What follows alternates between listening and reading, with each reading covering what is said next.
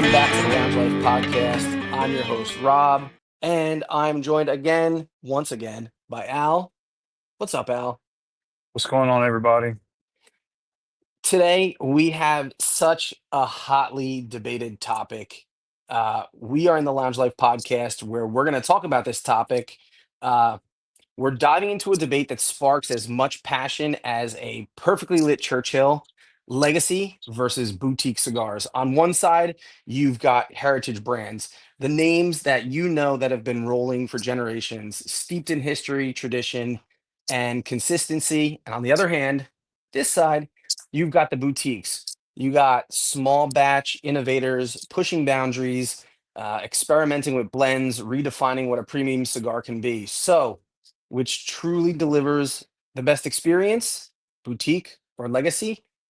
Is it the trusted craftsmanship of the old guard or the bold creativity of the new wave stuff coming out? Light up, settle in, let's break it down. But first, before we get into our topic, we have to do a little work first. So, we are going to get right into our wrapper report.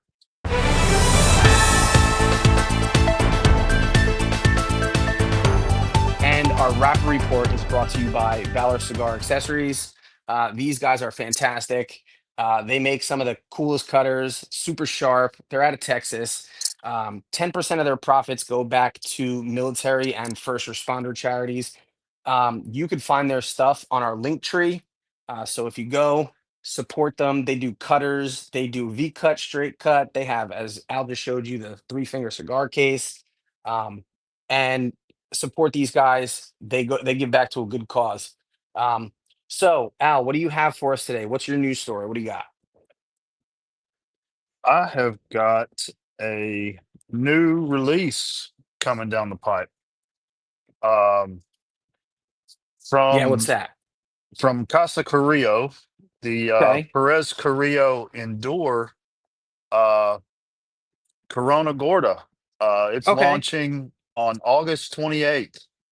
Nice. So, New Hampshire-based Two Guys Smoke Shop will be the first retailer in the country to sell the newest Vitola.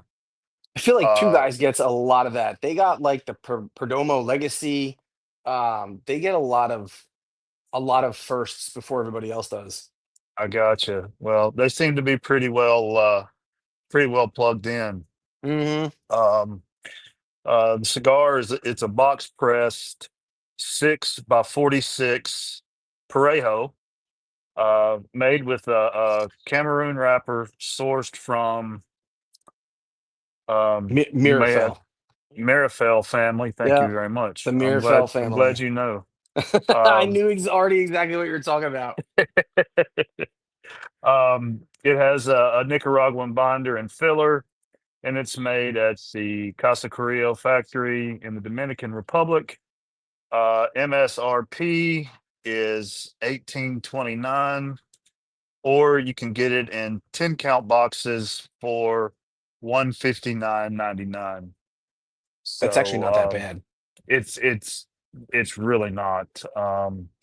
I'm not familiar with the indoor line. Um, I didn't know if Rob, you had a little insight on the Yeah, line. I've had the Endure.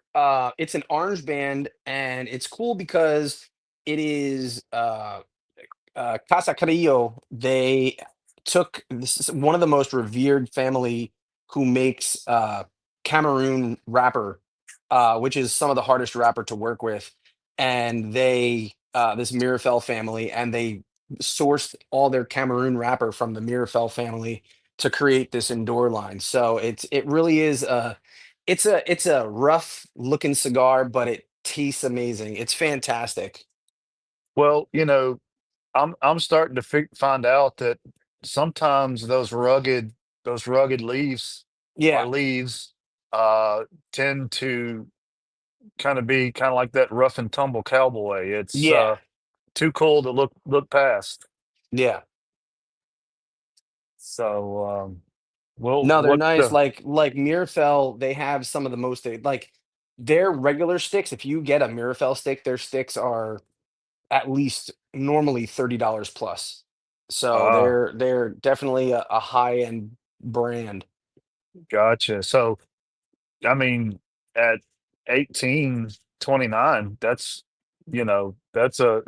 a pretty steep discount on their leaf, you know? Mm, So that's upper end of what I usually smoke, but yeah, there's a place for that. yeah. So what's piqued your interest? So one of my favorite brands, probably top three favorite brands, Foundation, has announced that they're shipping their new Wise Man Lanceros. I got to take a look at these in the boxes during PCA. Um, they've begun shipping to their constituents. Um, the cigars are going to measure at a 7 by 40 Lancero size. Um, Obviously, they are going to run along the lines of what the current new Wise Man, the Corojo and the Maduro lines are. So you're going to have the Wise Man Corojo, which is a Corojo 99 wrapper with Nicaraguan binder and filler. And then you're going to have the Wise Man Maduro Lancero, which is using a Connecticut broadleaf wrapper with a Mexican San Andreas binder and Nicaraguan fillers. Um, so pricing is going to be on the, it's going to be a good price point. You're looking at, they're saying 14.50 a cigar. A box of 20 is going to run you 290. Um, and then both cigars are not going to be limited. They're just going to be regular run production sizes made by my father in Esteli.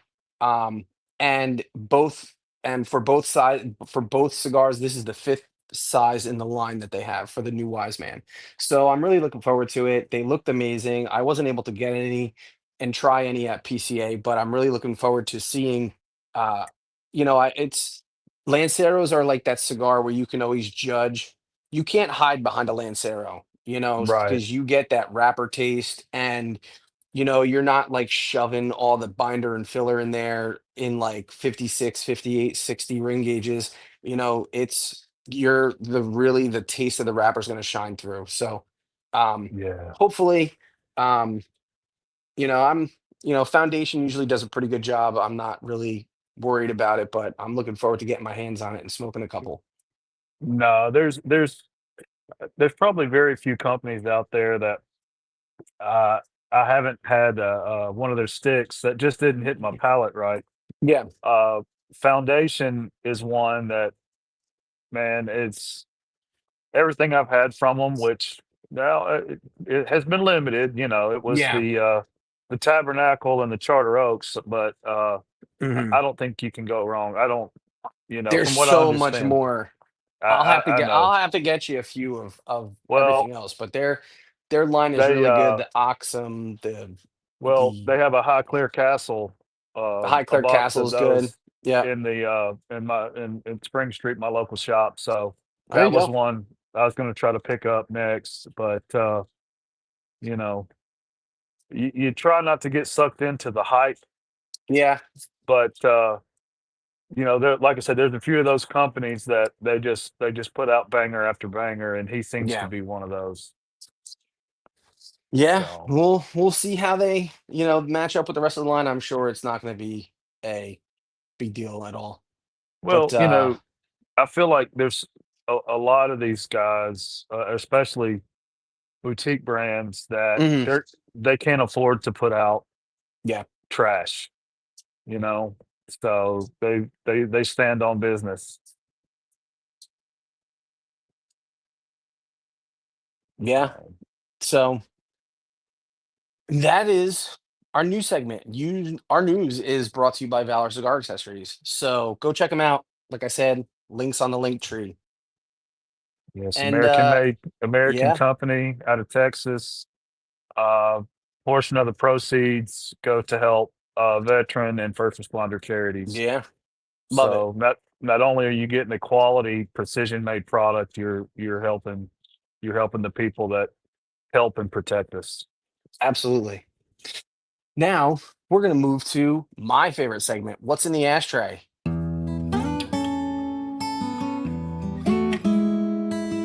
This is the segment where we talk about the cigars we've had, good or bad, over the past couple weeks, and give you guys the lowdown on what we've been smoking. So, what's in the ashtray is brought to you by Bullets and Brave. Um, Bullets and Brave is a company that makes some custom made stuff. You can see I'm wearing a Bullets and Brave hat tonight, but Yes. they also make cigar holder that Cigar is stands. cigar Yep. stands that engraved with your logo on it, with their logo on it, cut out, laser cut. It's awesome. Their link is also on our link tree. So if you want to check them out, their Etsy page is on our link tree. So check them out. Another American company. So we love these guys, and we thank them all the time for supporting us, and so we love to show them love back. So Most definitely. Al, what you been smoking recently? That good or bad? What you got? Something kind of stood out that was really good to me. Yeah, what's that? Um, it was the Cabal cigars. It was the first one I've had. A really cool guy sent that to me from across the country, and It's me. y- he's sitting over there with a Bullets and Brave hat on. Um, the wrapper is Dominican. Is it Bonio? Habano. Bonao. Yeah, Oh, wow. Never heard of that. Okay. yeah. Um, I didn't want to call it the bathroom, so I know in I don't Spanish think that's it. baño, I don't think but that's it. I don't think it's it either. But it's got a Peruvian and Dominican Republic binder, Okay. and then Nicaraguan, Pennsylvania, and Dominican Republic fillers. Yeah. Um, and it was man, it was fantastic. Uh, there was a lot of pepper on the front. Mm. Um, it almost tasted like a spicy hot chocolate. Oh, like So Mexican hot chocolate. Yeah. yeah, so it was balanced. The creamy and the Yeah. sweet, but yet had that kick to it. Yeah. Um, and then it kind of evolves into like a mocha coffee. you Nice. know, and with a little bit of nuttiness in the background. Okay. So Look at you so dissecting cigars. hey, I'm working on it. I'm trying to get better for myself and for us and our viewers too. So Well, we um, appreciate it. Good oh, job, most Al. definitely.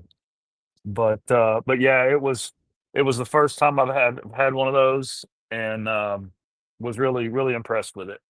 Nice. So what's what stood out to you? So I finally jumped on the train that everybody else is jumping on, and finally took out one of the My Father Blues that everybody's been smoking and reviewing recently. So just to let you know, my father has finally opened their Honduran factory. The factory's name is Finca La Opulencia. They have about 900 acres of land, and they've been planting and farming and storing and fermenting for a couple of years now. And so this was their first release year, where they finally brought out their first all Honduran cigar, which is the My Father Blue. I smoked it in a Toro, and it was it instantaneously made my top three releases for the year so far, for new releases. So I got a white pepper, cream, nuttiness. It's really interesting. In the first half of the cigar, it's like got a really nice floral and cinnamon on the retrohale.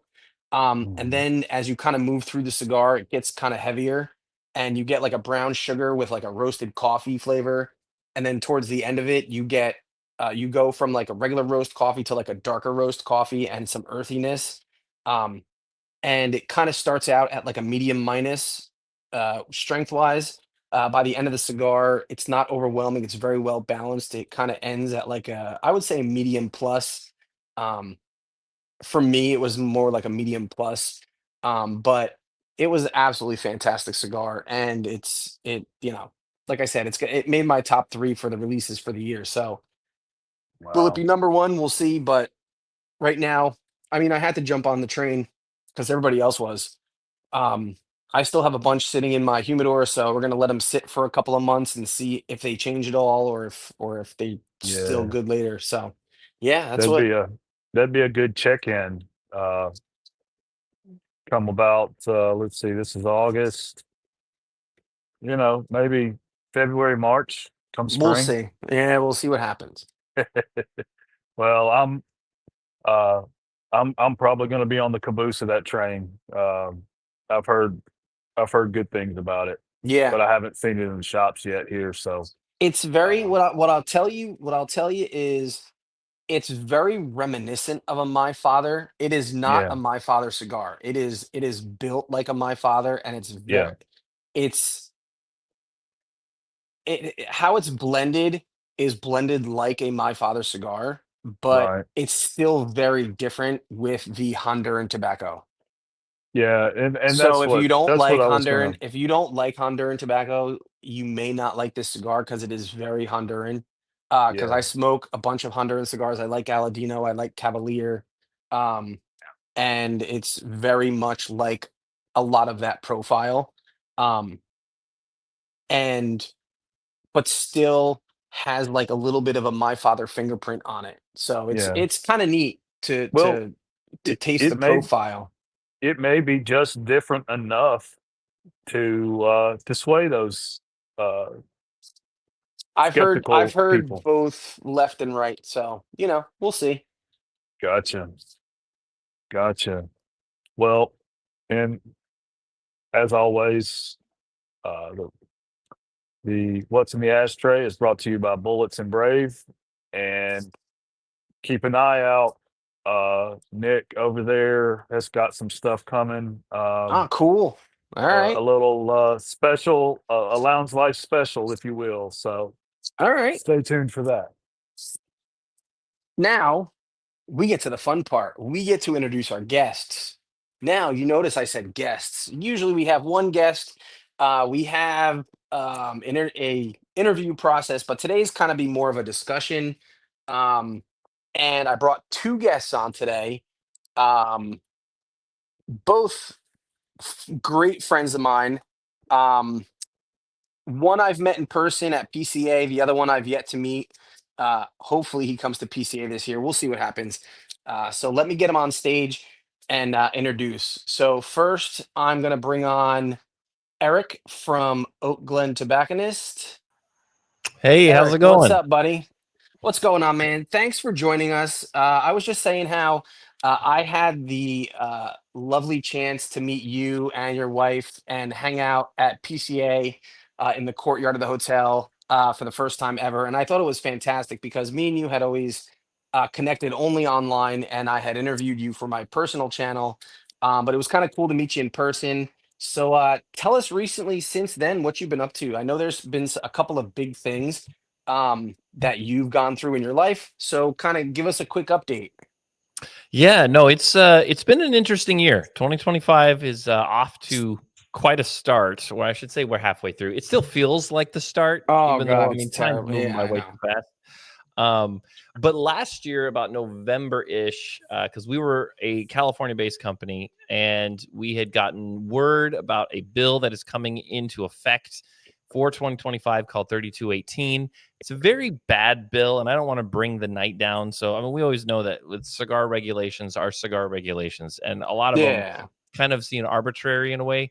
But short to make it a short story, very, very bad situation, especially for a company like ours who deals with, works with a lot of smaller manufacturers, boutique yeah, companies, and our OGT Cigar Society, which we're coming out with like custom projects. So a lot of yeah, those things would diminish somewhat. I think it was even Saka himself at PCA told me, he's like, if this goes like full on, like I just may not even move, like sell product to California. So all those types yeah. of things, we're And like, that's huge because Saka does a ton.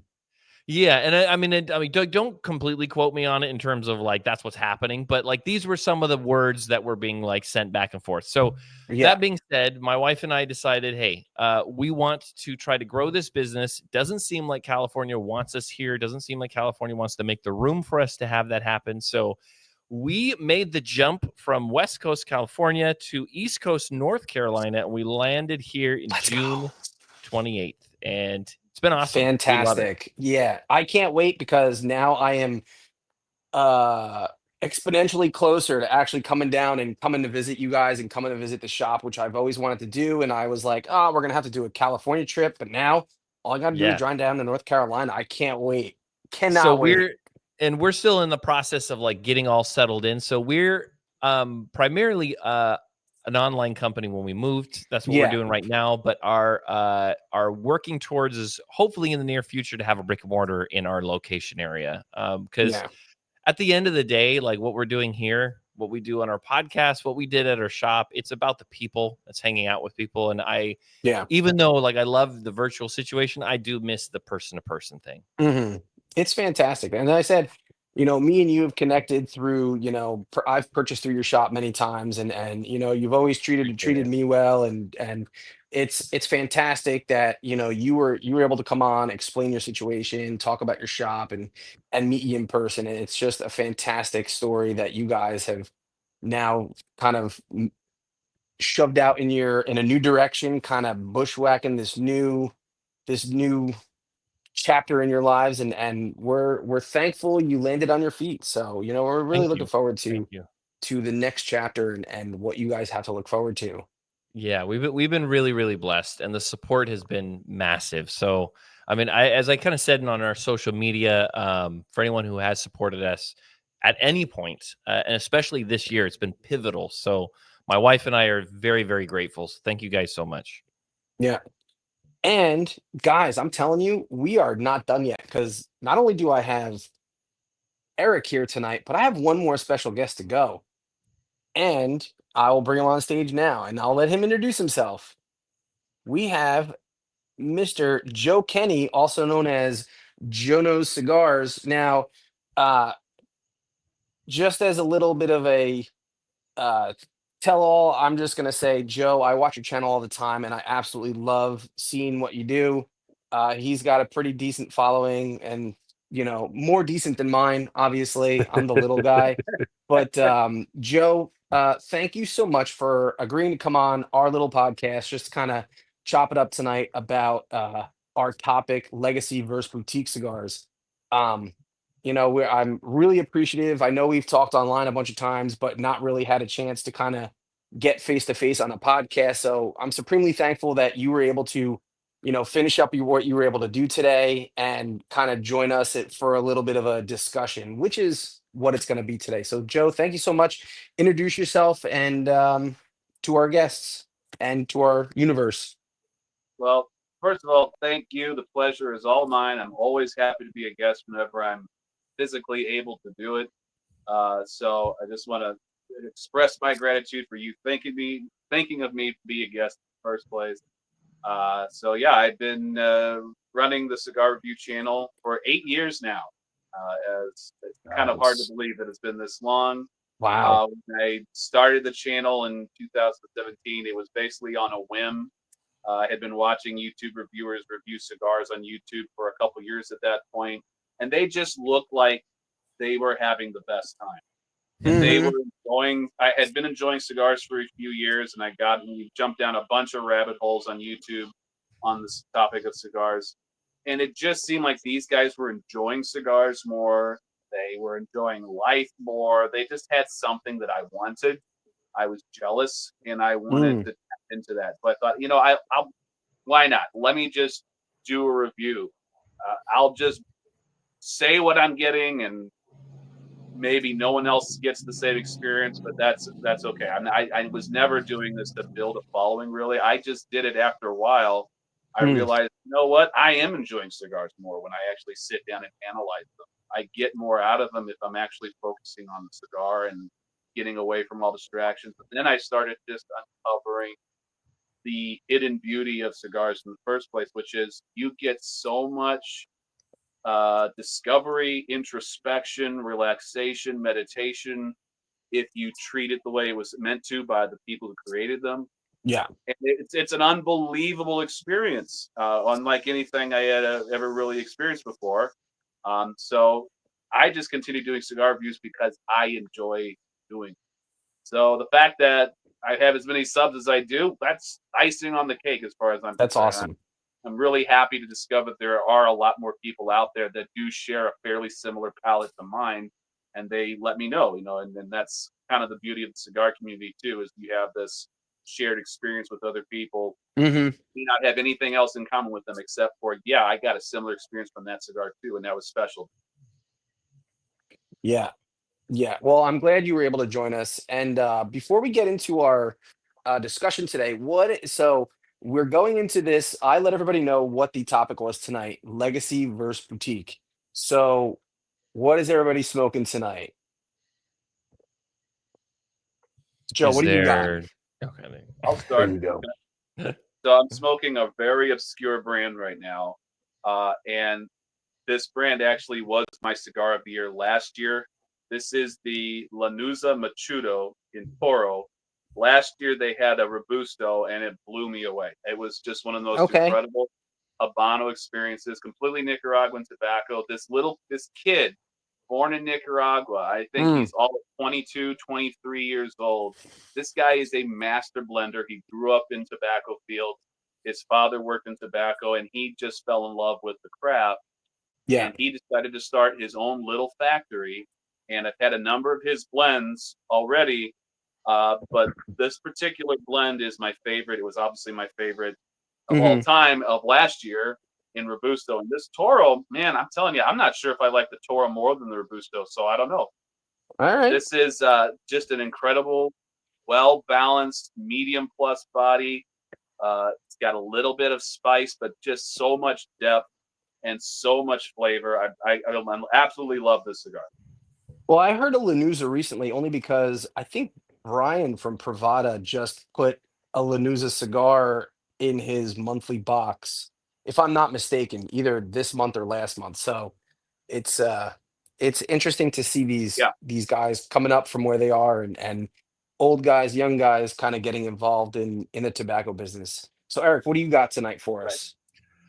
Tonight I am actually smoking our most recent exclusive release from one of my favorite companies, being Black Label Trading Company. This is our Triforium. So Okay. for a very long, long time, I've been wanting to do an exclusive with them. I love James Brown's blending style. I love the cigars that come out of Oveja Negra, and so this project actually started last August and Mm, finally came to fruition. It's a way to celebrate our 6th anniversary coming up for the company. It is a fantastic box press Maduro. It mm, uses what I view of always like kind of the sweet spot for Black Label, and that being an Ecuadorian Habano Maduro wrapper. You see that on the mm. Last Rites, the Barrio Santo, the Con. So a lot of their blends that are like popular, and so I wanted something that has kind of the demonstration of what Oveja Negra does, the artistry, the balance, the depth, and I feel like James knocked it out of the park. So this has definitely been like the cigar of the month for me, and I say that being that like I've smoked one almost every single day of August since it arrived. Fantastic. And again, it looks like you went boutique. And Al, what are you smoking on tonight? Boutique or legacy? What you got? Boutique. I'm having the Cigar Clowns, King of Clowns. Um, it's a San Andreas wrapper with undisclosed uh, binder and filler. All right. Nice. So And yeah, and like I said, I would actually consider like cigar clowns to be like Uber boutique because they're very geographical. They're a lot on the East Coast. I'm sure they distribute to the West Coast as well, but they're Back in the mostly. day, back in the day, we were the only West Coast, or I should say California retailer in the Mhm, beginning to have cigar clowns. Yeah. there you go. Oh yeah, that's right. They were OGT works with cigar Yeah. clowns a bunch. Yeah. yeah, so I it's And I only me, it's only the second one I've had from their line. Rodeo Clown, excellent cigar. Yeah, Rodeo Clown was fantastic. And for me, I decided to go with, I guess, the biggest little boutique brand on the planet. We're gonna call them Tatuaje, the Black Label. And it's like, I don't know, understand how they're still called a boutique brand. They put out probably a billion cigars a year, all different lines. But I just love it because I'm drinking coffee right now, and I love the Black Label, the way it just works, the earthiness and the black roast and the dark roast coffee that you get off the Black Label, and it's just fantastic. But yeah, Tatuaje made by my father and Pepin. And like I said, it's hard to fathom that Tatuaje still could be. I mean, we're going to talk about that tonight. Are they still considered, you know, boutique? Are they considered legacy? But so let's get into it. So, my first question for the group is, how would you define legacy and boutique in the cigar industry? How would you define that? And do you think those definitions have shifted? Hmm. Well, for me, I think boutique has always been kind of a relative term because it's almost how does the public perceive them? You know, Okay. yeah. I mean, if they're seeing something creative coming out of a company, they may even seem boutique, even if they're not. Um, I'll give you an example. I mean, you may not like the cigars, but I think creatively, at least as far as their marketing is concerned, Punch has been doing some pretty cool things. Um, Hmm. Okay. I'm not crazy about Punch's portfolio. They're not my favorite. I find them to be a little bit monotonous at times, but the what was the one they did? It was like a blockbuster theme. It was the Dad's Home Movies or Oh, something like that. Yes, that's Dad's home home movies. movies. Yeah. Yeah. That was a good cigar, and that Hmm. was surprisingly good. And I thought the whole packaging theme with the Chinese carryout was a really cool Yeah. idea. So I mean, I appreciate when even big brands like that make an effort, like they're doing something to try to keep Yeah. cigars exciting and engaging and culturally relevant. I think Yeah. those are important, and I'm willing to, harbor companies like that if they're willing to put the effort in. Yeah. Um, Well, I think it's pretty neat how, you have these big old brands trying to do something and stay relevant. right. Yeah. As far as I as just far as defining what boutique, go ahead, Eric. Sorry. Oh no, I was just actually going to say real quick, Joe. I believe I was able to meet you in person at PCA. It was We've 2 met a years couple ago. times actually, briefly. Yeah. So I mean, Yeah. I know that the show has already started, but I had to say that, like, it's good to see you on the show. It's been a while. And by the way, can we take a moment to appreciate that this is 6 years for OGT here? I mean, this is Yeah, a big man. Oh, well, thing. thank you. Most Thank companies you. don't survive past 5 years, so he's Yeah, got through that first hump. This is a Yeah, this is a appreciate man. big it. milestone. I Yeah. appreciate it. And Big the kudos to you. the from what I hear, the cigar's a banger too. So Yeah. I think so. Yeah. Um, but yeah, no, I mean, I think the reason, and I could be wrong, but I feel like this is one of the most debated topics because it's so hard to nail down to this is the direct definition of boutique Yeah. and craft. And I mean, I definitely align with certain ideologies where I would think like this is represents more of a boutique. But Yeah. I was listening to a similar conversation on Cigar Dojo not too long ago. And Terrence Hmm. Riley from Aganorsa has some really interesting ideas of what boutique is. Like it's like hard and Interesting. fast numbers. Like it's production numbers. Once they reach this pass, they're not really boutique anymore. So it's weird. So it all kind Okay. of just depends. Well, I mean, it's funny that when you say boutique versus legacy. So when you say numbers, well, so I heard a number the other day. I don't remember who I was listening to, but I was listening to a podcast, and um I was listening to the numbers that Perdomo puts out. So, Perdomo would be considered like your a classic Mhm. legacy brand. So when they say they have to put out, or they not have to put out, but if they produce a million sticks of each size of their 10th anniversary champagne cigar, that's a legacy brand. I mean, you're not having Black Label touch that number even close, even maybe in a year. that number of the single production limit for each size of their champagne cigar. Well, okay, here's a question I would say. Because it typically I feel like is the elephant in the room when we're talking about stuff like this. Hmm. Is it an advantage or is it a disadvantage to be labeled a boutique? Like, if you are a boutique company, does that mean you're like the underground cool crowd, or are you like, I'm trying to make it, but I haven't gotten there yet? Like, what are I guess we're looking for, like, now that Perdomo's, if we were to say Perdomo's no longer a boutique, are they out of the cool kids club and they're just kind of like what are we kind of like, where's the goal here? I guess is what I would wonder Yeah, to some degree. I get it. I think it's, and I know this is kind of melding into a couple different things, but like for me, like some people are like, ooh, boutique. Like I only smoke Fuentes and Padrones, and I'm like, all right, cool, whatever. But Yeah. like for me, I love searching out boutiques. I love giving the little guys a shot because to me, um, I think boutiques can come up, don't have the freedom to come up with, or have the freedom, I should say. I think boutiques have the freedom to come up with some of the most interesting small batch products and Mhm. projects that, like a manufacturer like Fuente, Padron, that they can't even touch because, when Fuente and Padron produce cigars, they're producing millions of cigars a year. When in reality, you're looking at like, I don't know, a Tatuaje release that comes out like what I'm smoking. A Tatuaje comes out with a 5,000 stick project, or Black Label comes out with a 7,000 stick project. You know what I mean? You can't, Puente can't buy, and like they buy in bulk, and they have the stuff, but they can't buy enough of that, I guess, special fermented, specially aged leaf that, Black Label can get, or that, Crown Heads can get, because, when they produce a cigar, they need to produce X amount to be a project for them. You know what I mean? Yeah, and I think that kind of goes to Joe's point as well, like how you can have a company like Punch.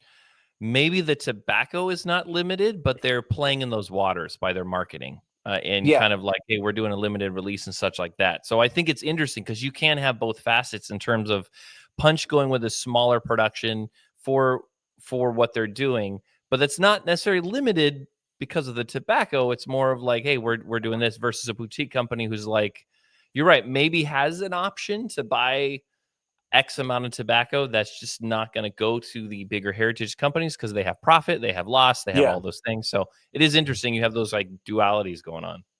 Yeah. Now, do you think boutique makers benefit from not having a long history to give them that like more creative freedom to the projects that they can come out with? Um, I think it depends on the company in a way. Yeah. Um, I I don't know. Think that there is probably some freedom to it, but also like when you look up concepts of boutique and such, it's like when you're specializing in this like one area. So I like to think of like HVC cigars, kind of like this way of how Rainier started Hmm. off in Aganorsa, and then he kind of grew to have his own factory. Yeah. With that though, like he's got a make it to break it flavor profile of like Cuban reminiscent, medium plus like body. Hmm. Um, Not even releasing a Connecticut in the beginning, but this is like Rainier's palette style. This is where he Hmm. specializes in. So I kind of feel like, okay, this to me gives kind of an area, a path of this is what a boutique is versus Aganorsa, who is biggest Nicaraguan tobacco supplier in the world. Their brand is grown exponentially quite a bit, and they have that Corojo leaf, but they've also expanded beyond Corojo. They have their Criollo, they have their Connecticut shade, their Mexican San Andreas, all that type of thing. So they have a wide range to pull from. Versus, I feel Yeah. like boutique companies, they're kind of putting their chips on one like roll of the dice. I don't know. That's my opinion. What do you guys think? Well, I kind of look at the whole cigar landscape kind of through the lens of a food guy. I'm in the food industry. That's what I do to pay the bills. Hmm. Okay. it's hard not to see the parallels in the restaurant industry to the cigar industry. And to me, I think honestly, cigars and tobacco, they're an extension of the culinary arts. They're consumed much the same way for the same reason, and I think they properly are categorized as such. Now, you got all different types of restaurants. You got fast food, you got casual dining, you got upscale, and then you got the independent mom and pop.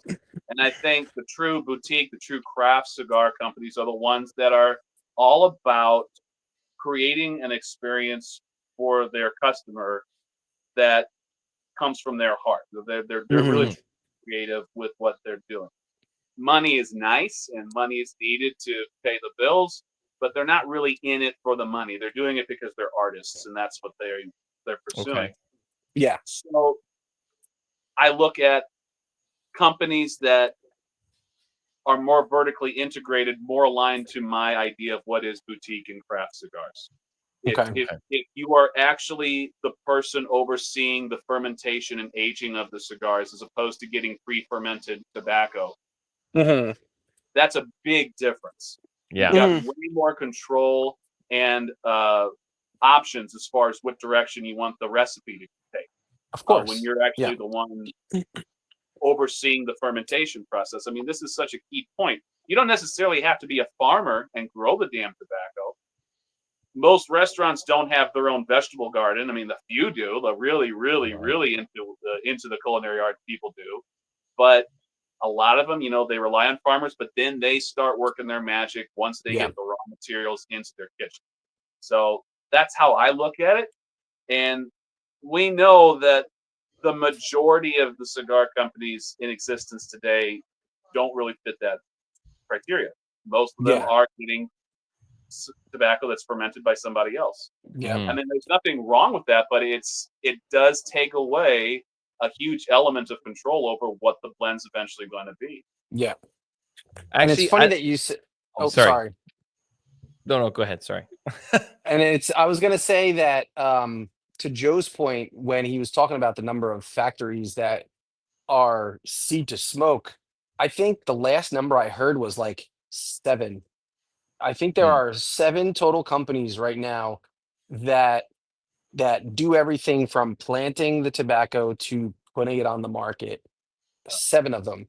And I think off the top of my head, I think like the one I could come up with the most easily is Aladino. So I mean, they're fully vertically integrated cigar brand. And they're doing things with Corojo that most people just can't do.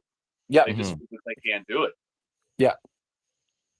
I agree with that, Joe. And to your point with the restaurant, like if you look in like California, like the French Laundry restaurant, that's like craft. It's not cheap. They make a lot of money. It's one of the most premier, but it's from literally growing it and putting it on the table. So I like that analogy. And Thomas Keller he can walk on water in the culinary arts. Like he is an absolute consummate master chef. He's 1 in a billion when it comes to that. So yeah. Now, do you think there are strengths that? What do you think?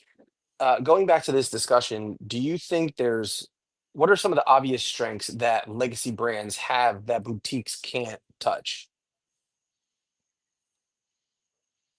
I mean, I think the most obvious one is they have the most buying power. They can buy whatever they want. Yeah, for the most part. And I think too, from a retailer perspective, those are the brands that retailers gravitate towards because it honestly means less work for the retailer. Like you take Fuente, Oliva. I mean, Oliva Serie V. Everyone knows that cigar. And there's a lot of cigars that people would ask me, like in other shops, I would ask, okay, well, what's your bigger seller? Like if they were in our area, and then they would mention like, Fuente and such. And then they'd ask like, okay, what about yours? Like take a company like Stallone. And I'm like, Stallone, I love his blending style. I mean, Al, you had mentioned Rodeo Clown. That's a Tony Barrios cigar. Yeah, Tony Barrios. Yeah, amazing stuff, but it's a hand sell. You've got to hand sell it Oh or it's yeah. not going to happen. And Yeah. so for Hmm. me, that's where it gets exciting. I love it, but that's a strength Heritage has that Boutique does not. They're just like, it's on the shelf, it's going to move. When's your reorder? So Yeah, exactly. Yeah. yeah. Well, and they have a time tested blend. You know, it's like you said, the Series V. I've never had it, but I may be one of the very few. You know, Mm. Yeah. And The or Series B is like the it's the favorite cigar of casual cigar smokers. I've come there to you find. go. There you go. Hmm. It's Hmm. like yeah, every person who smokes like once or twice a year, it's like, oh, my favorite is the Series B. It's like, of course Yep. it is. That Yeah. makes perfect sense. Yeah. They Yeah. also have the strength to be the barometer. And I mean that like someone's like, okay, I like a medium, blah, blah, blah, like a Series V or like a Yeah. Fuente. Yeah. Exactly. yeah, And And so when you talk it's about a new brand, you have to compare them sometimes to those yeah. brands. And it's like, well, it's Yeah. not the same, but It's whatever. comparable So, to. Yeah. No, yeah. the shop that I work in does not carry many does not carry very many legacy brands. And so when you come in and it's a very short town. So they're very out of townish people that come in, people on vacation, because I'm from the Jersey Shore. So this is a very uh, you know, vacation driven cigar shop, and they'll come in. Oh well, I usually smoke Ashton. I usually smoke Padrones. I usually smoke, and then I'm like, okay, well, if you usually smoke the Padron, blah blah blah. I was like, well, here, how about try this? You know, Crown Heads, blah blah blah, or try the the Foundation, whatever. And it's yeah, it's trying to compare these big brands like Fuente and Padron, and then segue it into the smaller boutique brands that you know are in shops. Mm. Well, and I will also say here's a I feel like a parallel strength that boutique companies can tap into. It's not the easiest thing, but I've seen it done before, is that bigger brands also have the ability to be like, my name is on the cigar, or you mentioned Ashton. This is an Ashton cigar. You know our flavor profile. So when we come out with a new release, you can expect an Ashton cigar. So someone's Hmm. like, that's my brand. I'm going to smoke it. There you go.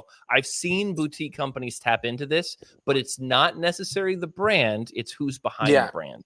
So like Yeah. Stolen Throne will come out with something and someone's like, well, it Lee blended it. So I want to Yeah. try it. I mean, that's where I am. I love his stuff. So yeah, there's trust Yeah. established. So I like when those things kind of Hmm.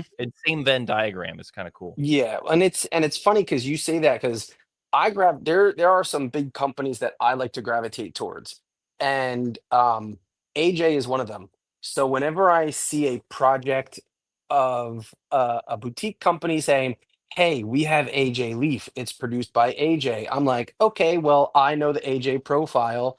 Like for perfect example, I love the Artisano del Tobacco stuff and like mhm, their El Pulpo, the Viva La Vida, that stuff smokes just like an AJ cigar, is profiled just like an AJ cigar. So I kind of know what I'm getting from the Artisano del Tobacco line because it is um an AJ cigar basically just in a funny new wrapper. You know what I mean? And it's so when you have and you were saying to this point where you see these boutique companies leveraging these bigger companies, you're like, oh hey, we produce our stuff, but you know who produces it for us. You kind of know what you're getting and using Mhm. that name recognition to be like, hey, we're based off of AJ Fernandez, so you kind of know what you're going to get when you buy our cigars. Yeah. Yeah. AJ's a special case too because he's one of the few that actually grows his own tobacco, ferments it, rolls them, Hmm. and he does it for so many people So many besides people. his own brand.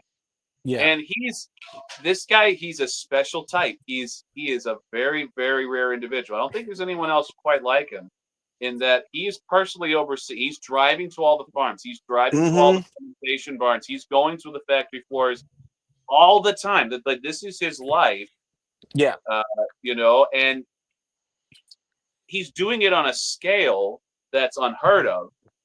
And most other people would just assume, oh, when you're doing it that scale, you're just dialing it in. No, Yeah. that's not the case. Yeah. That's what makes AJ, I think, so special, is that he's kind of straddled that line of Mm-hmm. Yeah. being craft while being enormous. Mm-hmm. Any other person, I don't think they would have failed in one of those aspects. He would have had to pick a lane, but AJ somehow figured out to do it both ways. I Mm-hmm. think it's just because he's a psychotic workaholic, and this is what he I, enjoys. I And that's not a he knock either, has by the way. This is no, just he this is has the way so he Yeah. many operates. he has so many projects that I'm like, I don't know how this guy does all this stuff Yeah. sometimes. I'm like, there's just more new cigars from AJ, more new cigars from AJ. You're like, oh, what? And then he turns around and releases the Decenio, which is like has been nothing but good reviews I've heard so far, and but still turning out projects like you said, like Artisano and all these other boutique companies that are still using them to produce new lines, like PCA. Artisano came out with their Connecticut Viva, and which is another fantastic cigar. But still, it's crazy to see how much work he actually puts into the cigar business. I don't know if it's the right analogy, but I've always viewed AJ as kind of like the Stephen King of tobacco. Like he's the Okay. most I can prolific, see it. Yeah, I can yeah, see it. Yeah. most prolific cigar creator, and he's been doing it since like he kind of came on the scene. And it's like just when you thought like, okay, this was his greatest hit, you're like, well, this one's Mhm. also really good. So Yeah, yeah, yeah. And I think it's a good analogy too, because Stephen King has shaped culture. Like his yeah, works have shaped, Mhm. at yep, least in the United States, it certainly shaped the American psyche. And I think hmm AJ's work has definitely shaped the cigar culture in a Yeah. very yeah, significant way. 100%, yeah, yeah. Well, and I Now, Well, think you can also say the same for the Garcias, um, with my father, because you know a certain brand that Rob and I are big fans of do a lot of work with my father, and I think I just heard of several other smaller brands that have their cigars done through there, and also too like Crux. Portion of Crux's cigars are rolled at the Placencia factory. Yeah, mhm. So AJ as you well. know, Yeah. yeah. so Yeah. it's and that kind of gives them the latitude to be a little more creative with some of the smaller run tobacco leaves. Yeah. Now, Well, do we agree that that's kind of one of the advantages of being a quote unquote boutique brand is that you have the ability to kind of uh investigate new types of leaves and different types of fermentation and um Sometimes you're forced to because of it.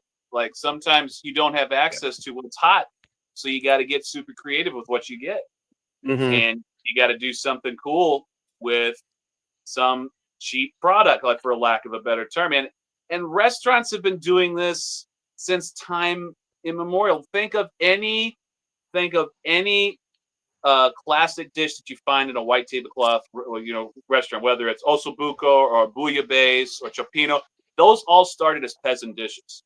Those all Mm. started as this is what we got. Let's make the best out of it. And then eventually the affluent saw that and was like, "Oh, I want that shit. Like that's what I want to eat. That's tasty.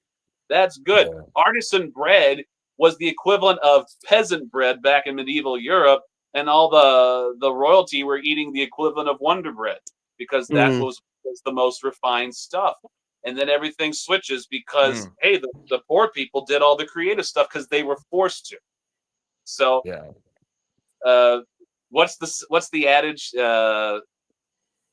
What's the invention is the mother, necessity is the mother of invention, Yep, something like necessity is the that. mother yeah. of invention. Yeah. So Yep. I mean, I think this plays right into that.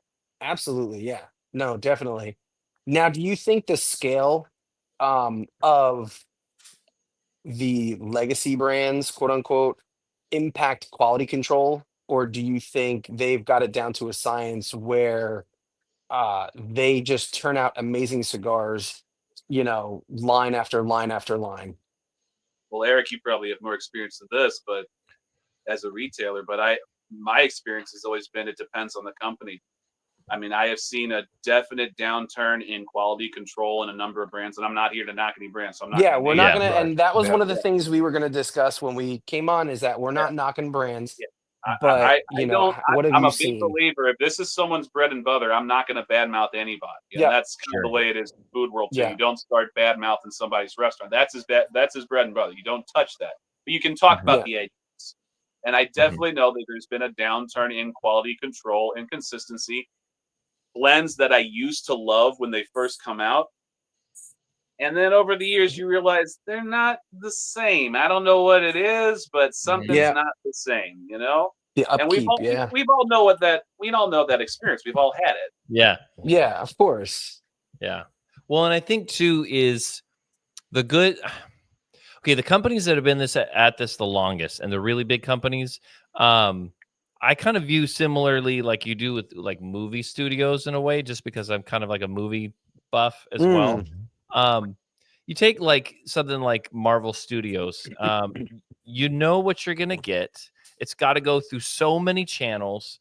mhm, Those channels exist in corporations. Those channels exist in bigger companies. So to yeah, your point, or a question of like, do you get to like try new things and stuff like that? I think that again depends on the company, who's spearheading it, who likes to experiment with those things, and there's a lot less channels you have to go through to make that come to PCA to be shown. So I think that the bigger company is doing it right. Like no one is going to see the reputable companies and be like, I have smoked these and I don't know what I'm getting, if it's going to be a tight draw or bad. Like there's a lot of good quality control. I would at least be able to say I think Perdomo has it on lock in terms of their quality oh, control. I think yeah, Perdomo is a I good would example agree. of that. yeah, They're a bigger company. He started out of his garage 30 years ago, and now look at mhm, him now. But yeah, no, I do think. I mean, I wonder.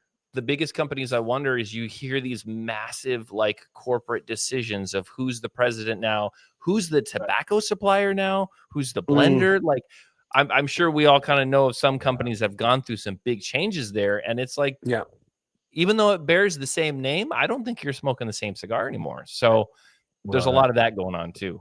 yeah. I think so. Yeah, And, I mean, I think there's a huge disadvantage, at least creatively, when you get to be a certain size because, and I've talked about this before with other people ad nauseum, but you get to a certain size and it becomes a giant animal that needs to survive. Mhm. of And the course. Yeah. food that it needs is a lot of profit. Oh Mhm. And yeah, you get that profit, whatever means necessary to keep the animal alive. And yeah, Yeah. sometimes that means sacrificing creativity and ingenuity. yeah, It's Yeah. not pretty, but that's just the reality of the industry. And that's the reality of every industry. yeah, And I think that is really the big reason anybody gravitates towards boutique and craft cigar yeah, companies is because they are craving something new and creative. Yeah. yeah, Uh, and not just for novelty's sake. I think every good any cigar head out there is just knows that there is an untapped potential in tobacco that we're nowhere close to getting to all the different experiences you can get out of tobacco yet. yeah, And they're just dying to see what more can we pull out of it. And it's not going to happen from the bigger companies because they don't have that luxury to explore Yeah. as much, honestly. yeah. Well, I mean, when you look at like Fuente, where like just like I say, I'm just gonna throw a name out there, like a company like Fuente. When you produce a line, you need what? Just say estimate 1,000 pallets of tobacco for a line production, instead of like a company, say like Cigar Clowns, where they can produce one of their, projects in one pallet of tobacco. You know what I mean? Yeah. That you can get that super crazy, fermented on Saturn, and buried 17,000 feet below ground and then dug up and then rolled and just like Fuente can't touch that, you know what I mean? Because you Yeah. Yeah. need the X amount of tobacco to produce your cigars, where Yeah. these little boutique brands can be like, hey, we're going to produce this crazy, we're going to call it undead, whatever. And it's just going to be one pallet of tobacco. And when it's gone, it's gone, you know? Well, and there's two things I'd like to address if we can. One, Yeah. on that front, just because it's a smaller boutique company doesn't mean they are looking to do something that special. One of the most disappointing things is there's a lot of companies out there that we've like investigated, and I'm like, yeah, but this is just your kind of average Habano that has agreed. Yeah, I agreed. Yeah.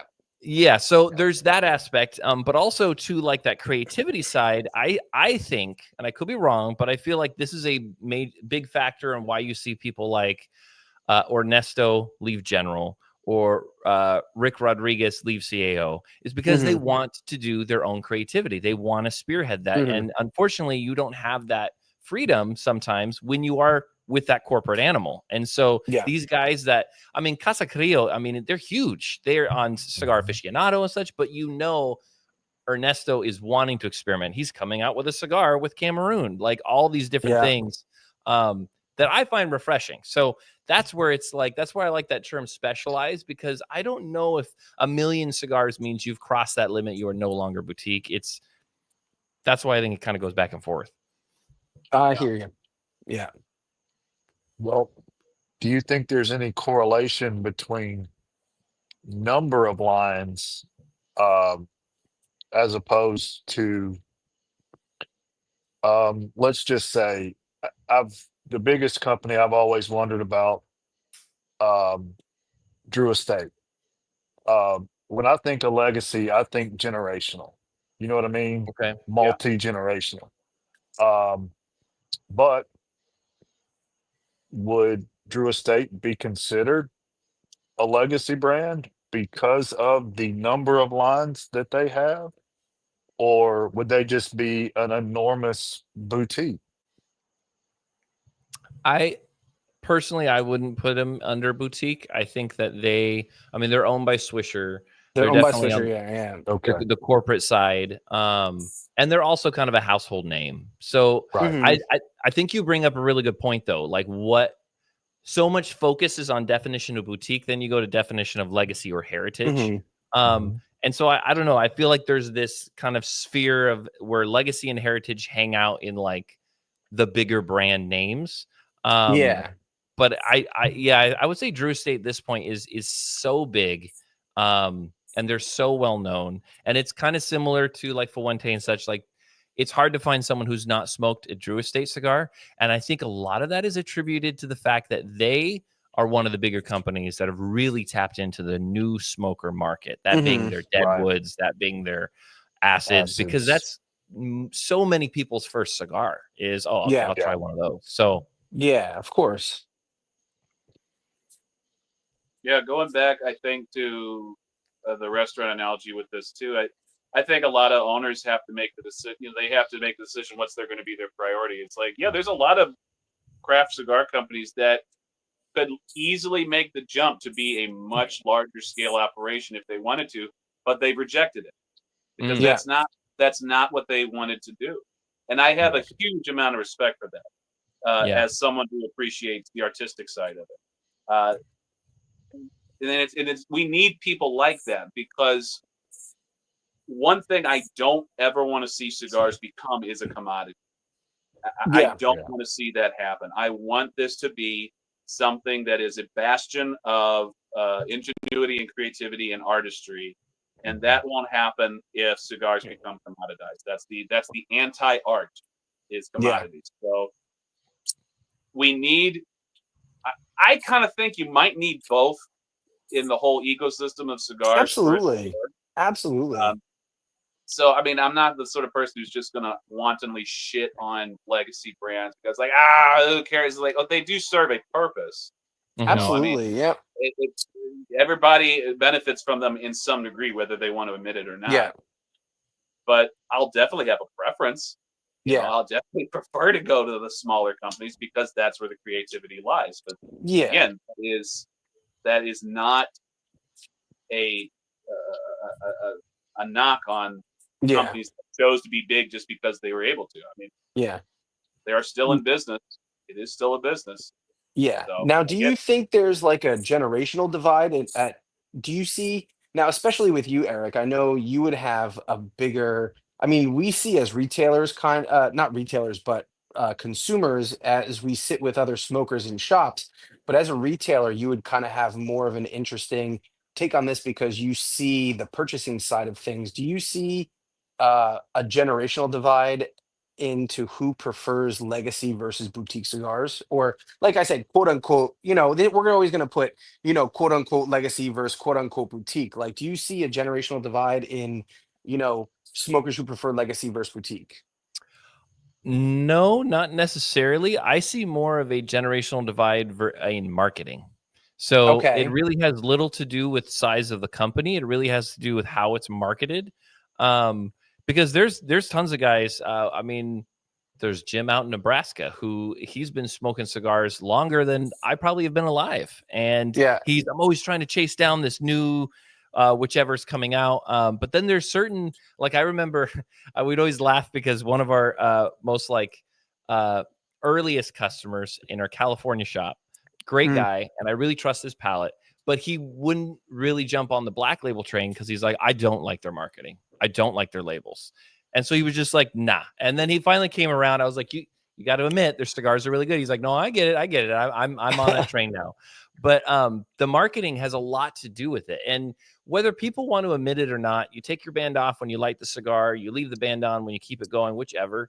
Mhm. There's so much money. And Joe, I could only imagine the same thing in the restaurant business, but there's so much money in marketing. Like, whether you realize or not, it's playing a role. It's definitely Yeah. so. That's the generation I see that is the separation, is that kind of marketing situation. Anybody who sat down and done like a blind review of a cigar, it could be a cigar you smoked a bunch of times, but you would never guess because Mhm. Sure.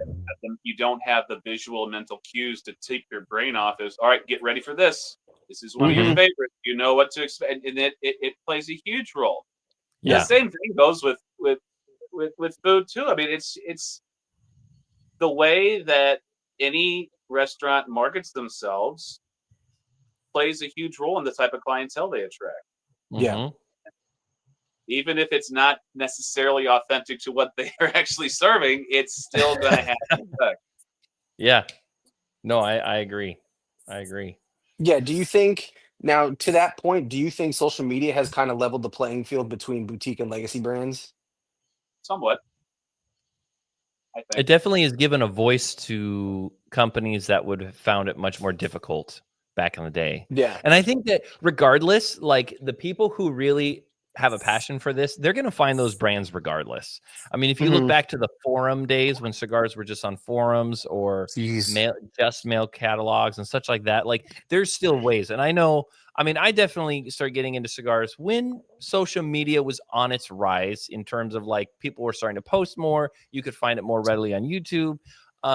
But the brands that I fell in love with, you guys mentioned Foundation. I'm a huge Foundation fan. Mm. That definitely came from me seeking out, okay, I love the Tabernacle because I picked it up once because someone recommended it. Now, from that cigar, it has sparked an interest. What else have they done? It even sparked an interest in what else is Connecticut broadleaf, like all these Mhm. types of different things. So the people that are really interested will find it. And social media has just made it an easier way to do it. But you have bigger companies who have social media and their follower list is enormous. So yeah, I think it's Yeah. kind of all over the board.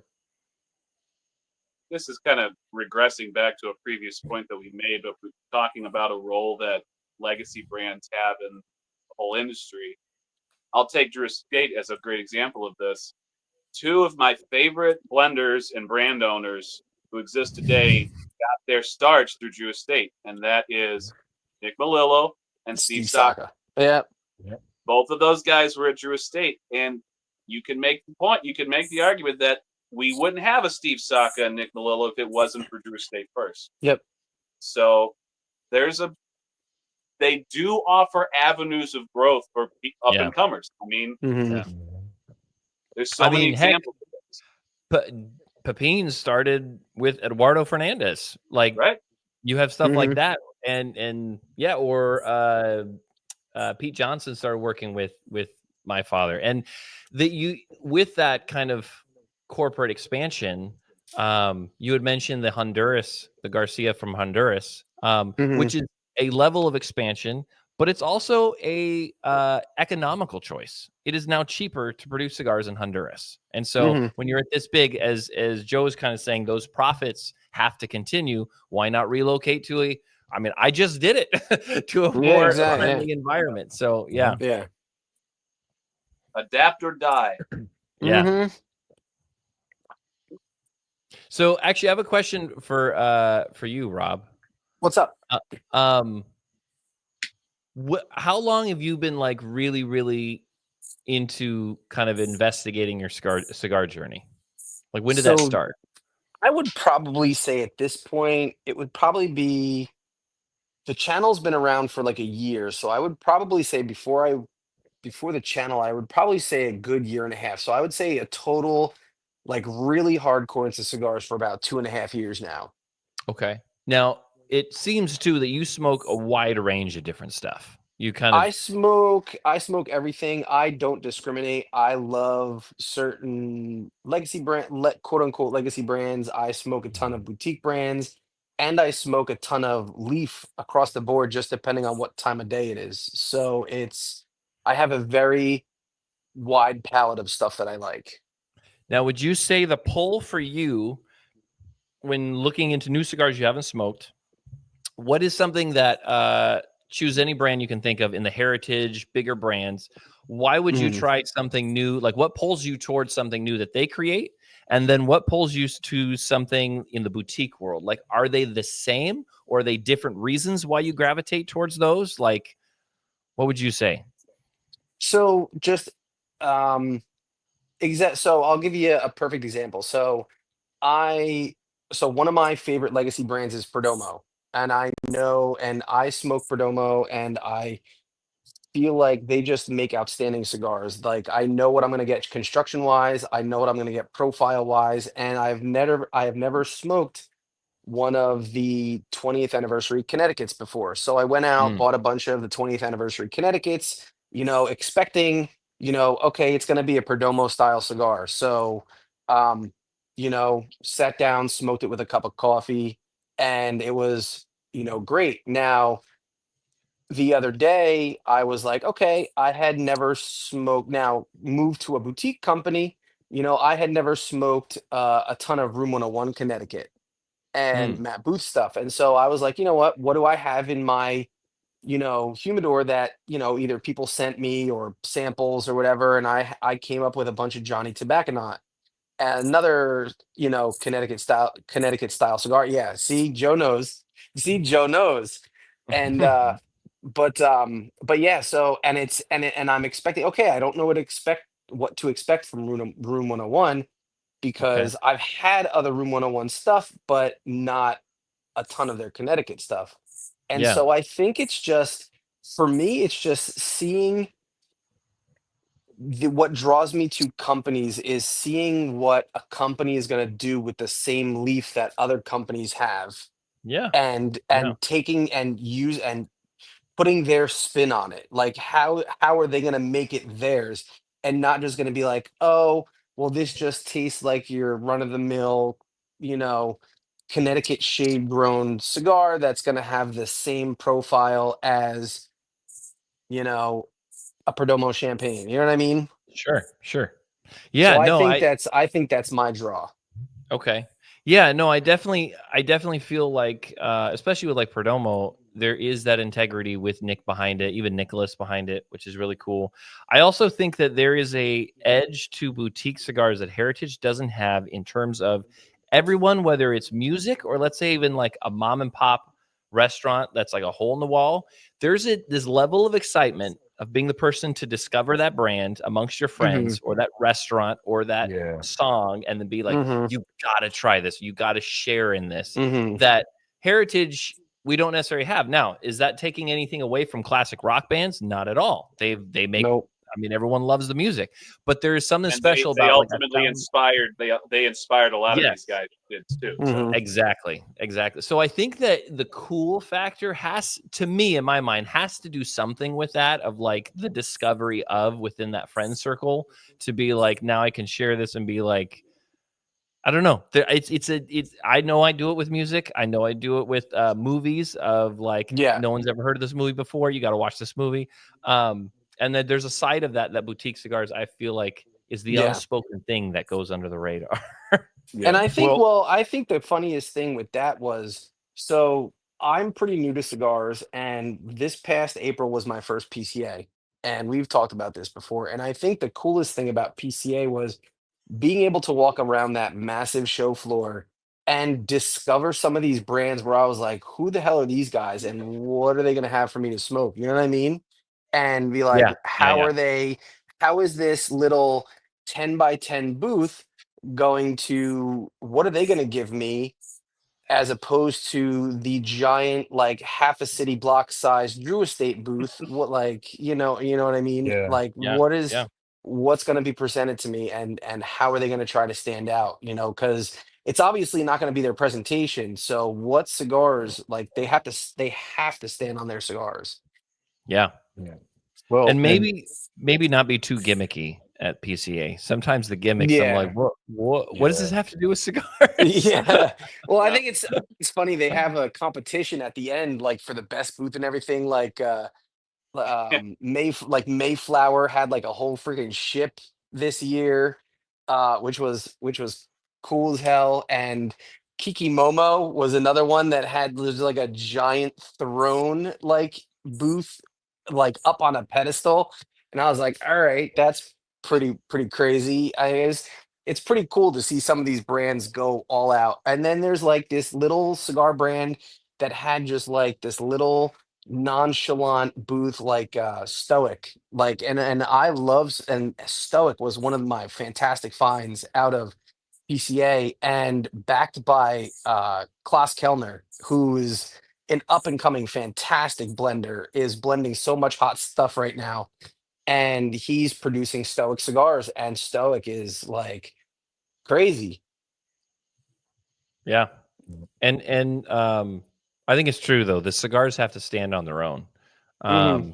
And there's so many brands. I mean, I hate to say it, but there's new brands out there that even I mean, like the label, yeah, it's eye catching, and then I'll smoke the cigar, and I'm like, no, no, this isn't No, gonna work, no. unfortunately. So, and it's sad because it's like you definitely want to see those newer companies do well, but you also look at companies like Stone Throne Cigars or even like Stoic. That's a good way to start. I'm a big fan of Domain. Oh Love Domain's yeah. Dan Lance and the stuff that Oh he's doing. yeah. Yeah. yeah. And Glad Yep. when you you said learn that. like who's behind it and stuff like that, it's like, come on. And they were the one of the newest brands at PCA that I was like, okay, Hmm. we're gonna visit all of our accounts. We're gonna see who we're gonna see. But Domain is the one on my list because I have heard a Hmm. lot. I want to see it. And we smoked through them, and I smoked a lot of Domain that PCA trip. Yeah. So Yeah, I love them it's stuff. great. Well, I was talking to Dan. Who was I? I was talking to Dan literally like 2 days ago online, and I was like, "So Dan, when are we gonna come up with like a Connecticut Shade cigar here?" And he's like, "It's in the works." He's like, "It's being tested." So we're at some point in the future, we're gonna have a lighter stylized Domain cigar. But yeah, it's like, and it's funny because their Neutron is like one of my favorite MSA wrapper cigars. Like, really what I feel MSA cigars should taste like: sweet, chocolatey, kind of that, like, not a giant pepper bomb, but just a very well balanced, uh, you know, blended cigar. And it's really, his 3 lines, and it's just 3 lines, but and it's funny He because I makes look like at his 9 different lines, bipolas though. nine Yeah. sizes in his Neutron, and Negentropy has 9 sizes. I'm like, wow. wow. Yeah. He's going the Alfonso route. Have like a bajillion database. But yeah, no, Well, that has a lot to do. Sorry, didn't mean to interrupt, but oh no, no, no. But kind of going back, I mean, with the heritage brands, you've got tradition versus the boutique or craft, you've got the innovation. So, it's do we stay tried and true or do we branch out a little bit and try something new and risk, you know, putting out a dud? well, I would say okay. So you had mentioned Rob mentioned Klaus Kellner. he's definitely got a small factory, and it's up and coming. Yeah. And so I look at what he does, and I mean, I guess I could say like, yeah, I would say that's on the boutique side of things, but that is so steeped in tradition. That is the Henke Kellner way, and Yeah. like when you at PCA when like they were doing an interview and him saying like the ultimate test is, of course, is having my dad smoke it, and his dad's picking it apart. Oh, this is piloto cubano in it and all this other stuff. That is so steeped in tradition. So it's cool because you have the boutiques that are so like we're trying something new, but you also have some that are really, really traditional. And I think there is room for both for sure. Yeah. And I think the boutiques and craft companies that honor the traditions that matter the most are the ones that do the best, honestly. Yeah. I mean, because part of innovation is kind of a synthesis, really, of meshing new things with what's already building on what's already been there. That's kind of what the lasting traditions are, the ones that have new things added to it. It's not just a dead tradition that just we did it this way and we're not changing. I was like, that's a really simplistic way of looking at tradition, I think. I think tradition is more of there's certain principles and certain methods that we adhere to as like a baseline. But there's a wide area that we can explore within those confines still. So I think the ones that, and again, it's like novelty for novelty's sake is boring. There's nothing about that that's particularly appealing. It's novelty building on something else. Yeah. That's what gets exciting. Now, do you like seeing collaborations between do you like seeing the collabs that bridge like the legacy and boutique worlds? Like I know we were talking earlier about like the Casa Crillo made the Indoor, where you have Casa Crillo, this huge tobacco house, bringing in Mirafell tobacco, which is, makes, I would still say boutique cigars, but bringing in this famed Cameroon tobacco and putting it on their cigars. Like, would you like to see more of that, on the market today, you think? We need a Padron Foundation collaboration. Oh man, that's epic. That's epic right there. I like it when they're done for the right reasons, and I think Yeah. Honduras is a good example of them doing it for the right reasons. It's like Ernesto understands. It's like, listen, the Merrifield make the best Cameroon, hands down. No one comes close. And I'd like to do a Cameroon. I'd like to do an authentic Cameroon. I'd like to expand my portfolio in that direction. Well, to have the humility to acknowledge someone does something else better than me. Instead of trying to compete with it, can we harness this? And work together. I think that's a beautiful thing. Yeah. There was a cigar, I think it came out in 2017, called All Out Kings. Have you guys heard of this cigar? Yeah. And I believe it was a collaboration between Drew Estate and Caldwell, if I remember correctly. And it was using a wrapper leaf. It was a broadleaf, but I believe it was like in the same strain as like the T52 like wrapper. Yeah. Fantastic cigar. Like I remember at the time I was actually a much bigger Caldwell fan way back then. And I was a big fan of what he was doing. So when I had heard that was coming out, I was like, oh my gosh, I'm jumping on the cigar. Because I'm a big fan of, I was a big fan of number 9, T52 plus Caldwell. Those collaborations are really cool. I do find it slightly humorous when you have collaborations like the La Union with Tatuaje and My Father. Tatuaje like, and My Father. That's the like, same. I didn't know you guys were affiliated. It's kind of like the same company or something. What, you guys work together? No, your family? No. Or it's a little frustrating when it's like it's a historical moment when you have Fuente and Padron come out with what they did, but it's so untouchable by its price and rarity that it's like, well, that sucks. Yeah, like listen, I love a sweet spot cigar between 8 and like I kind of hurt when it gets past like $17-$18, and like 8 and 17 is like a sweet spot for me. But like, when and like you said, that I got to smoke one of those legacy cigars only because it was gifted to me from a friend of mine when I got to, we each smoked one half of it in like a review, early on in my personal channel days, um, I smoked one, my friend smoked the other one, and it was gifted to me, but we had to do the review for it, and I didn't have to pay anything for it. But Sure. at a steep price tag, you're like, who are these? You know, cigars actually made for. It's the same as like the Opus line. Like when you start seeing this like Opus X Society, the Opus 25, when you're starting to get into the $100 sticks, $125 sticks. The I think my area in New Jersey, because I know we're all from different states, so I know our tobacco taxes are all a little different, but in my state, we were paying $175 a piece for those that Fuente Padron collaboration stick, easily $175 a piece. And I think too, there are certain brands, in my opinion, that earn the price point. So in other words, like Padron is one of those brands. I'm like, yeah, I get it. It's $40, it's $50. We can argue like, Yeah. is a cigar worth that much? But for my palate, you have to know your palate and what you like Hmm. to. For my palate, I'm like, Padron has come out with some really good cigars above $20. Like Yeah. they're Oh really, yeah. really good. Hmm.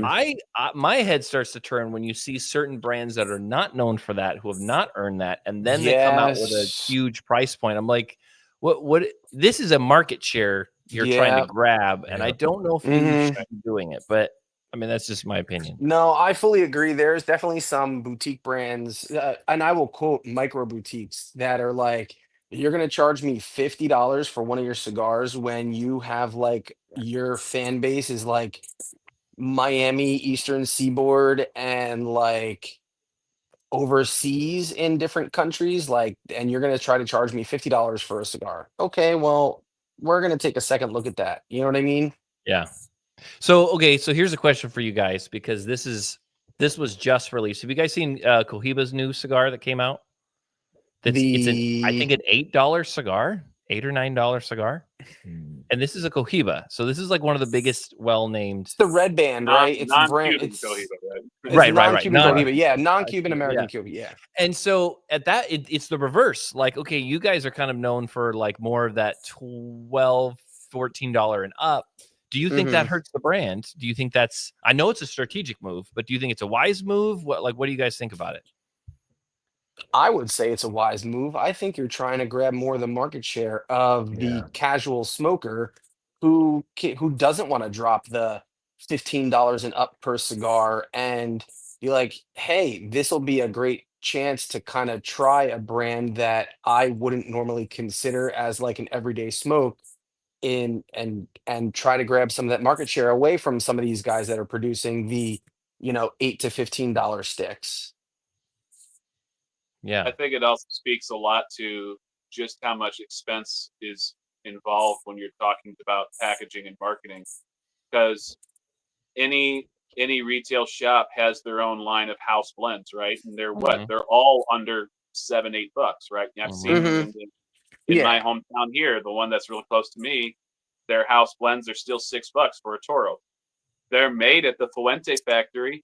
They're using the same damn tobacco. I warrant you that I'm willing to bet dollars to donuts that it's probably the same blend as something that they actually package and they sell as a different facing, Yeah. but Hmm. it doesn't have any band on it and it doesn't come in a pretty box and they don't Hmm. have to have those extra hands doing that work. That cuts out an enormous amount of Mhm. expense. Mhm. Yeah, and So I know it's funny that you say that Yeah. because I know Brian from Pravada tried that, or not tried that, but did a campaign like that earlier this year called "Burn the Box" campaign, where how much extra money goes into marketing and shipping boxes and putting boxes together and instead of just shipping bundles and refilling shelves instead of shipping cabinet boxes. to that point, I honestly don't understand why that hasn't happened already. Like the brick and mortars, I'm sure have always struggled to make ends meet. The majority of them. Yeah. Why wouldn't you be clamoring for that? Like, it Hmm.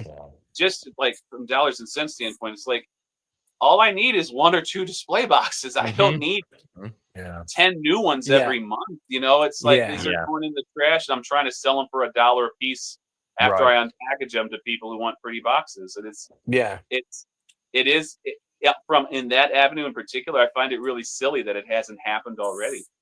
Yeah. And I don't get it. that's something I've always admired Stolen Throne for. They'll send you a display box. Everything else is in bundles. Oh Yeah. yeah. No, It another, it's I great. love that. And The Domain's kind paper of done a bundles. similar Yeah. thing. But yeah, no, I think it is a wise move.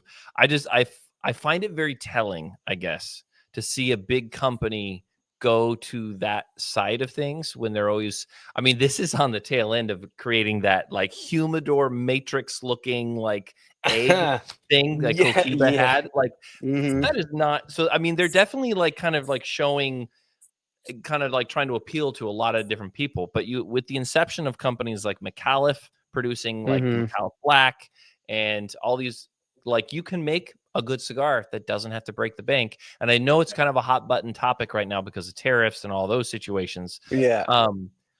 But also like you have Steve Saka doing a similar thing with like Bronzeback, but it's also a Saka Fantastic cigar, cigar. and it's Yeah. not at all like undercutting the brand of Micarita or undercutting. He's fully Mhm. transparent. We're using the tobacco. That's how we can save this money. Of course. That Yeah. type of Which I execution, really I appreciate admire. about that's how he marketed it too. It's like, here, this is what Yes. it is. Uh-huh. And Yeah. and I know that I haven't personally experienced it, but I've had a lot of people tell me that, well, I do love the blend. Burn consistency can be an issue at times. It's like, okay, fair enough. But you come to expect that when you know that he's Yeah. using some short filler. Yeah, short fillers. Yeah, and Yeah. it's funny because I notice now a lot of the companies are now, coming up with these secondhand short fill cigars. Like I know, I just recently took a trip and going to the Dominican Republic on a cruise with my wife.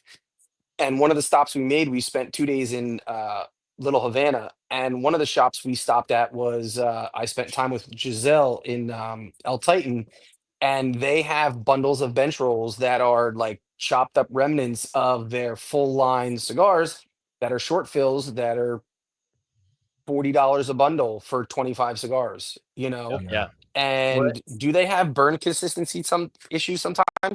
Yeah, because they're not like perfect long filler cigars. Tatuaje just released their new P4s, the P4 Miamis, which are their short fill Miami cigars. yeah. Well, and I think though the reason for me, and maybe this is just in my head, but the reason it works with Dunbarton is because I'm willing to bet someone who's marketing a cigar like this, of like we're using all the tobacco, it's much more affordable. I'm willing to bet Steve Saka can do it better than a lot of other people out there. So I'm Oh like, yeah. okay, Most I definitely. bronze back, I'm You're on board. And yeah, the you're talking crazy about thing, consistency. yeah, and the thing too is like Bronzeback, for me, it was one of my favorite releases he's come out with. Like it's more Mm, affordable, but so much depth of flavor. And I'm like, yeah. honestly, I kind of prefer this over like Micarita Blue in ways. Like, so Yeah. it's interesting. Yeah, it was definitely a top 10 for me last year. Yep. Yeah. It was on my list as well.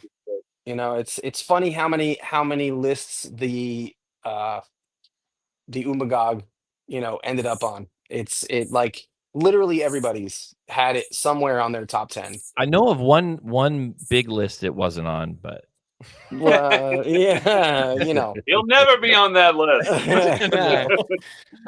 But all right, so I know, listen, guys, I appreciate all the time you've given, and I know we could literally sit here and wax poetic about so much stuff. I have a couple more questions. These are going to be more targeted questions that I kind of want everybody to talk about. So instead of like a round table, these are going to be just like 4 or 5 questions that I'd like to hear responses that all of us can answer. So I would like to hear what everybody's first memorable experience with a legacy cigar was.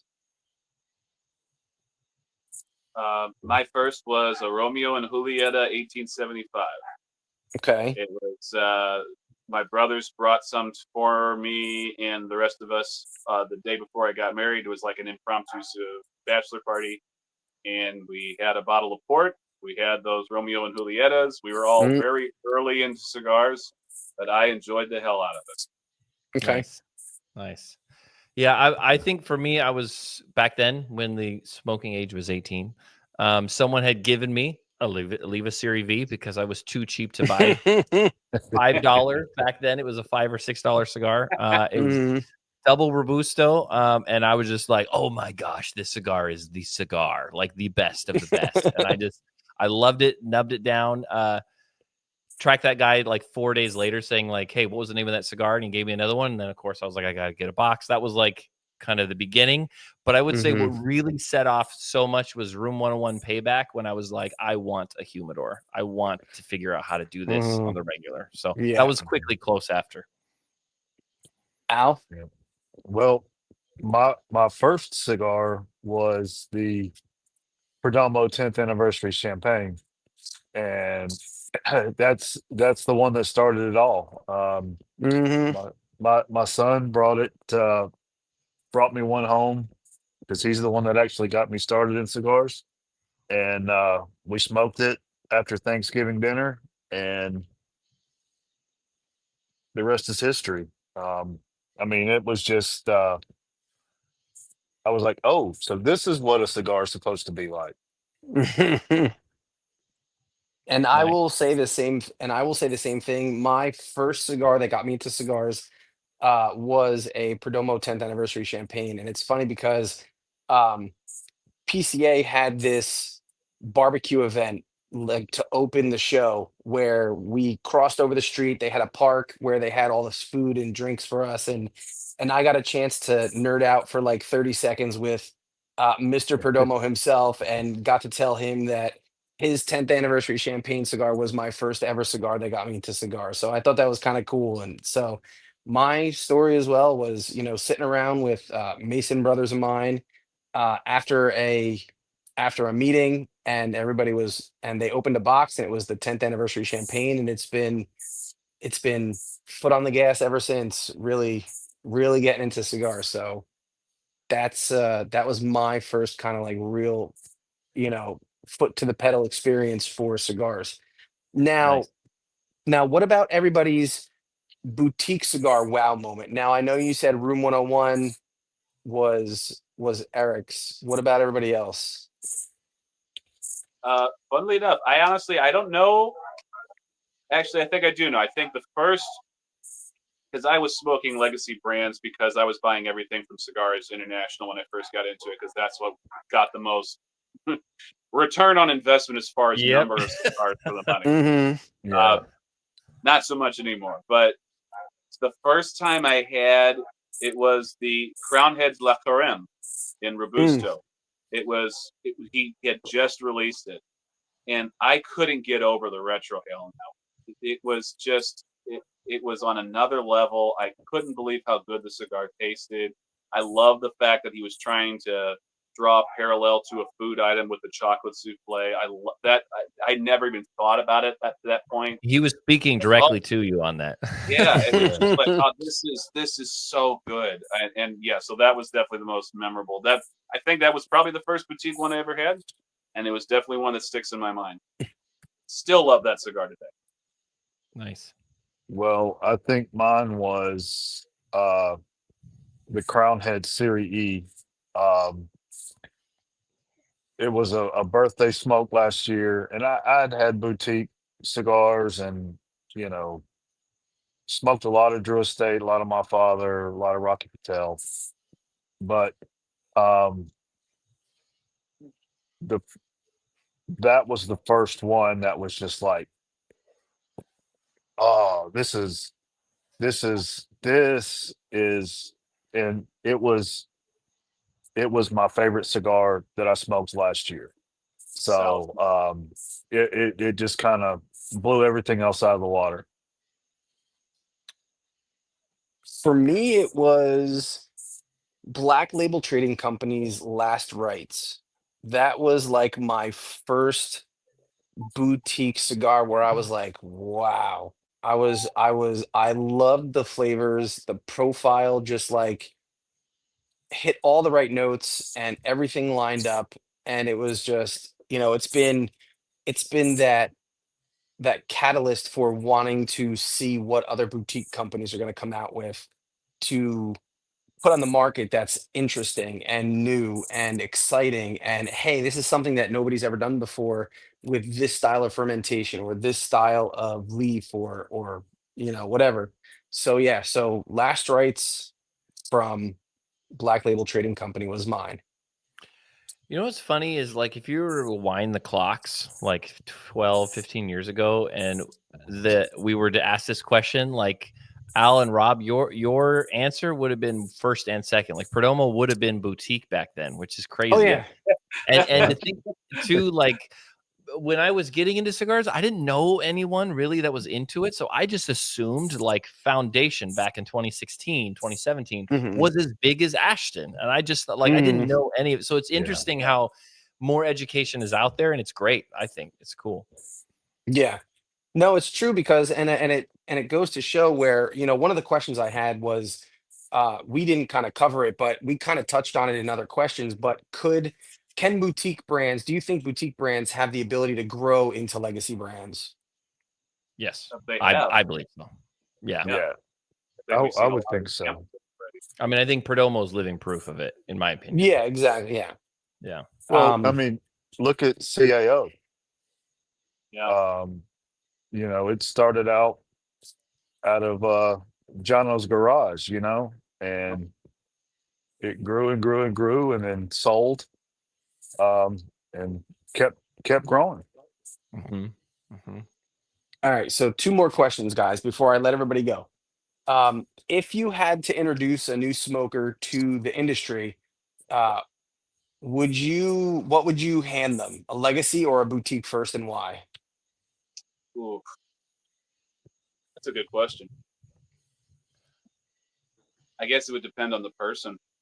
Okay. If I knew how well I knew what they liked. Okay. Because I know there's some people that I might do an infused cigar because it would be gentler experience for them. Mm-hmm. There are other people who were a little bit more bolder, in which case I'd probably start them on something a little bit more small and creative, but it really would depend on the person. But that's not a great answer to your question. I think No. Any I answers are good answers, Joe. I would 100% agree with that answer because I mean that Yeah. we kind of lived that the first 5 years of OGT in terms of Mm-hmm. like someone to walk in, never smoked a cigar before. What do I try? And it usually started with, okay, like have you smoked cigarettes before? Have you vaped before? Like what's your nicotine level? Also, do you like bourbon? If they would say no, okay, do you drink coffee? Do you like it black? Do you like it with sugar? Do you like it with all these other things? So, okay, what does your palate like? And if someone's like, I had one cigar in my entire life and it knocked me out. And it was like, what is it? Oh, it was a really light blonde with a red label. Okay, I don't know. But in that case, I mean, I would be like, okay, well, you'd go sometimes legacy heritage because some of those Connecticut's are the smoothest, most mild, easy. Mm-hmm. Or if someone's like, I don't want something I'm not going to be able to taste, you have like things like the porcelain from Black Label, or back then we Mm-hmm. had Rosa Sharon from Southern Draw, and like it's a yeah. notch up, but it's mild. So yeah, I think it's all depending on what their palate is for sure. That's a Okay. good selection. I That's like a that. great, yeah. Yeah. You must do this for a living. Kinda. What about you, Al? Do you um, you know, having smoked a Hemingway short story, Mm, that might be one that, again, depending on the person and their palate, somebody who drinks black coffee, or a really strong black coffee, or likes their high proof bourbon neat, um, probably not going to go with something that mild. Um, but I tell you, one of the things that really stood out to me in the last couple of years is that Herrera Esteli Habano. That that yeah. that might be a great first cigar. It kind of gets you that middle of the road. Um, kind of hits everybody a certain way. Those are some good selections. Man, everybody's got some really good selections. Yeah, Yeah. and I the really like Hemingway's a good one too because you got duration. If they don't want to be there for an hour, Mhm. and a half Right. or it's whatever. nice and Yeah, small. yeah. Mhm. Yeah. Yeah, I'm kind of with the quorum with the group. I mean, and it's funny because everything that everybody has said would have pretty much been my selections. Like porcelain is fantastic. It's a lighter cigar, but it has enough punch to uh appeal to people who are looking for that like extra level of flavor. And it's it would be that. And I think Fuente is a good one. And like Al said, um, you know, my like really nice everyday go-to is a Hemingway, but I like kind of like the longer ones. Mhm. So like the classics and um so yeah, so I think it would be something with a little more punch, probably nothing that's like I mean, you're always gonna have the classics. Like I will always like if I want something classic, I'll like reach for a a Leva O with a cup of coffee only because it's that really classic light flavor that is just uh really nice and smooth and even and just easy to get through. Um Same thing with a more of a boutique brand, kind of like Manowar, like the Valkyrie or Mhm. the they have one that's they have a shade Connecticut one that's like smoother than the Valkyrie. I forget what they call it. But it's another brand that's just like it really is just like that really nice and smooth. You know what you're gonna get from it. Cream, cedar, kind of kind of, palette from the cigar. I think it's easier to nail down what you wouldn't recommend. Yeah. Oh yeah, yeah. I mean, you're not gonna Mm. go out and give somebody as their first cigar. Definitely not like like an Espinosa or I mean, I like was thinking maybe like yeah, JFR Lunatic 10 by 100. I mean, yeah, uh, Here, try this Black and Dim 81. yeah, It's nice and nice and yeah, soft. yeah, yeah. No, yeah. I think it's easier to kind of nail down what you don't give people than what you do give people. Most And then definitely. I would like to I think this is going to be the most interesting question. That's kind of more personal to us. Now, we're all pretty avid cigar smokers. What do you personally reach for more often, and what drives the choice of what you're smoking? Do you go by company? Do you go by time of day? Do you go by mood? What is your personal preferences? Uh, I mean, I've really, really have grown to enjoy morning coffee with a Connecticut shade. It's just Mm-hmm. not every morning, but like there's just I just smoked the Morning Glory by Southern Draw for the first time this past week. It was great. I absolutely Stop. love You're gonna make me take mine out of my humidor now. This so tomorrow when I so. wake up. I mean, no, don't get me wrong. It was a very mild cigar. Yeah. Um, but it was lovely. It was a pretty cigar. It was so well made. It drew like a dream. It was so creamy, and it just helped wake up the palate. It didn't overwhelm Mm-hmm. me with things, and it was perfect. Um, and in I tend to grab something a little bit more robust in the evening, either a spicy habano or some Nicaraguan Maduro. Yeah. My palate likes Nicaraguan tobacco. I've Okay. come to I like Nicaraguan tobacco. I love them Okay. all, but I really really like Nicaraguan tobacco. So I go Okay. for something towards that. Okay. yeah, I don't want to like sound like an echo chamber on that, but I think it really all changes in season and time. For Yeah. me, Mm-hmm. I mean, I love bourbon, I really, really do. But I would Mm-hmm. definitely say on the coffee front, that's my favorite. But honestly, most of the time, I can't get to my first cigar of the day until like 3 in the afternoon, and Oh. but that's usually cup of coffee like when I do. So my palate's Mm-hmm. not as like light in terms of that time of day. I like a lot of like Corojo 99 stuff with Mm. coffee, Okay. especially black coffee. um Mm-hmm. but it completely changes. Like I had mentioned, like for Yeah. Triforium, that has been my go-to this whole month. And it kind Yeah. of changes too when we're doing stuff for the society, the membership, because there's quality control stuff. There's like, okay, Mm-hmm. I'm jonesing for this particular cigar. Yeah. And it really depends. Yeah, I think that's why I love that's a well, no, I wouldn't say why, but a big aspect I love about cigars is Mm-hmm. the palate journey that you can go on. And there are Mm-hmm. some stuff I was on 100%, and then 2 years go by, and I'm like, it's good, but Yeah. like just everyone changes. So Yeah, no, absolutely. They say our palate changes every 7 years, so Yeah. Oh, it it's definitely does. it's with food, you know. Yeah. It I definitely would I does. would say too, Especially if you Joe. smoke a lot of something you really like. If you're smoking it all the time, you can burn out. So Yeah, Hmm. yeah. And Joe, I would say if you one of my favorite Connecticut coffee pairings is I don't know if you've tried GP Cigars, Connecticut. It's Las Vias Mm-mm. factory. wait, Um GP or PG? GP for GP. Guillermo. Okay. GP. Yeah, Guillermo Pena out of the Yeah. Las Oh Vias yeah. Yeah. factory. His Yeah. Yeah. Connecticut is so phenomenal with a cup of coffee. I would definitely recommend it. I think you'd like it. No, I like Guillermo Pena's stuff. He does Paul Stulak stuff, right? Yes. Yes. Hmm. Yes. Yeah. Yeah, I like his work. Nice. That's something I've Nah. come to find out too, is that I realize that my palate gravitates towards certain blenders too. It's just like, Oh Yes. oh, this is yeah. this Oh guy's yeah. stuff. Yeah. Oh, that makes sense Yeah. why I love it so much. Yeah. Yeah. Hmm. Yeah. Exactly. Hmm. Exactly. Well, for me, a lot of it again is time of day. Um, I'm usually an evening to to late night smoker. Of course, it also depends on what I'm drinking and what I've had to eat.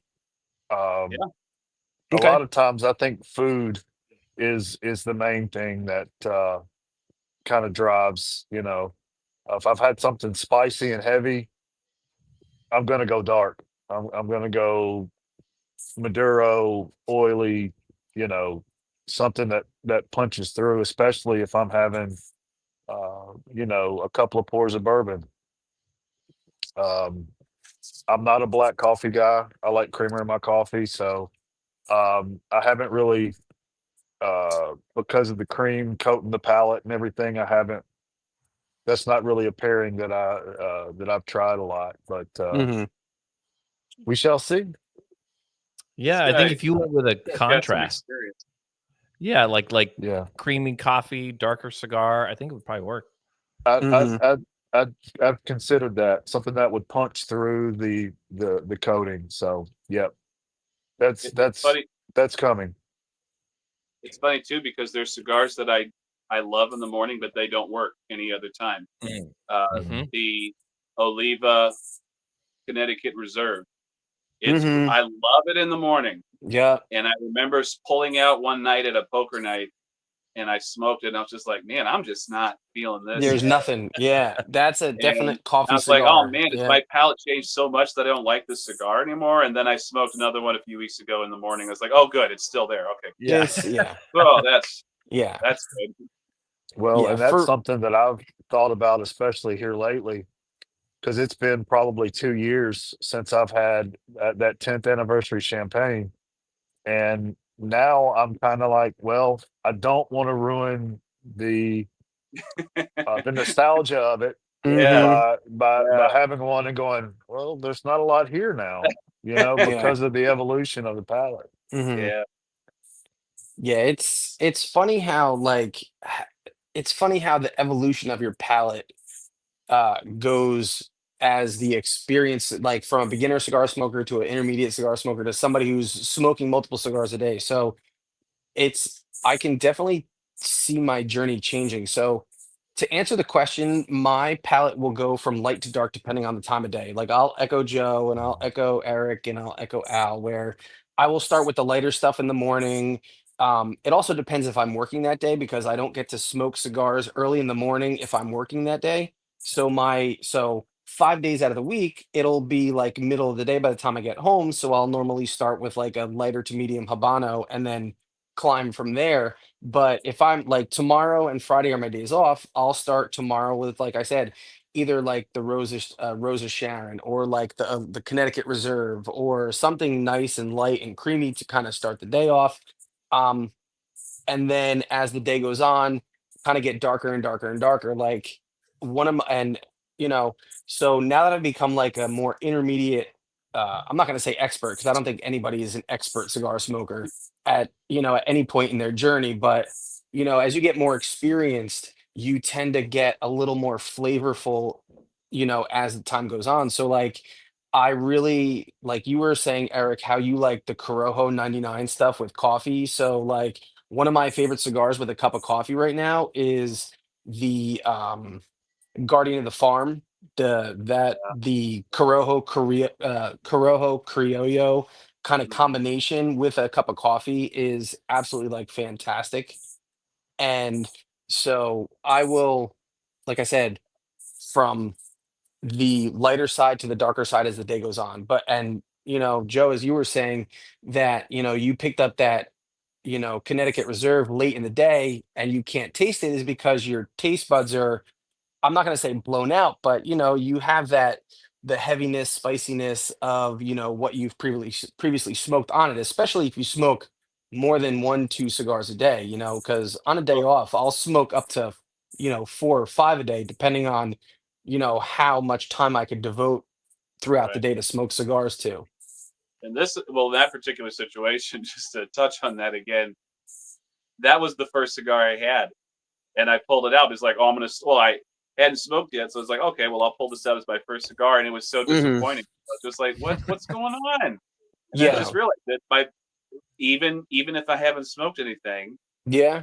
that Well, time of day just isn't right for that cigar for You've yeah. me. had Well, I three think it Some people meals. might also, love it, but yeah. it just didn't work for me. Yeah, you've Yeah. had 3 meals, you had a shitty day at work and you're not in a good mood and you can't enjoy a cigar because you're pissed off at your boss or like, you're drinking or, you've Yeah, had heavy meals. I totally, totally get it.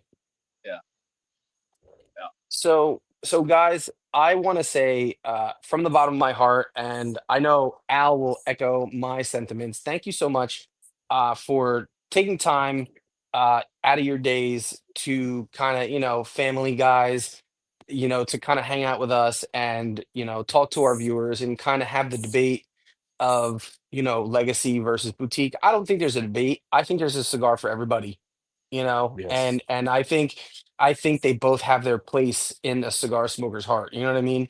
So I don't know thank who you so said it, much. but yeah, I don't know who said it. There are no bad cigars. There's just better ones.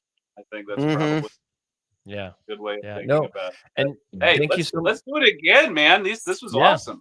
Yeah. Yeah, No, I thank you love I so Absolutely. love much. this kind of I love this kind of just roundtable discussion. I mean, I'm looking forward to October. I mean, if anybody's a Halloween guy or like a horror movie guy, I am doing a we're doing me and Al are doing a horror movie special where we're smoking our favorite Halloween cigars and doing a whole episode on our favorite horror movies. So, I mean, you guys totally are more than welcome to come on and chop it up and talk about Halloween stuff. And Great. my wife and I's first date was a horror movie, so it holds a special place in my heart, and Yeah. I'm really looking forward to it. So, like I said, you guys have an open invitation to kind of come Thank on you. and just kind of hang out with us whenever. And thank you so much for coming on and hanging out with us. Do you guys have any last words that you'd like to uh, tell our viewers? I think if your podcast doesn't grow, it's not your fault. This has been a great discussion. I think this was the most fun I've had on a virtual discussion in a very long time. Thank you, Joe. Great. Thank you. Thank you very Yeah. No. much. Thank you so much for having me on. It was great hanging out with you guys and talking about it. I mean, I love it. It's what I love about the cigar lounge as well. Um, Hmm. I would say it's probably worthy to note, like, if someone is not aware of my channel or Joe's channel, like, Joe, Yeah, where do let we us find know you where on you could YouTube? find. Yeah, where can you Where do we guys be find you on found? Instagram? Across the board. Yeah, so my Instagram is basically just it's me posting what I'm smoking lately, but it's also a funnel to the YouTube channel because the YouTube's kind of the big thing. On Instagram, it's at Jonose Cigars. You search Jonose Cigars the way it's spelled underneath my picture here. That's what you need to search for. It's an interesting time with cigar content on YouTube, and Hmm. there's going to be some changes in the way I format the reviews moving forward because YouTube has changed parts Hmm. of their terms of service recently, Hmm. where Mhm. they will automatically age restrict your videos if you show yourself puffing on the cigar. They call it use.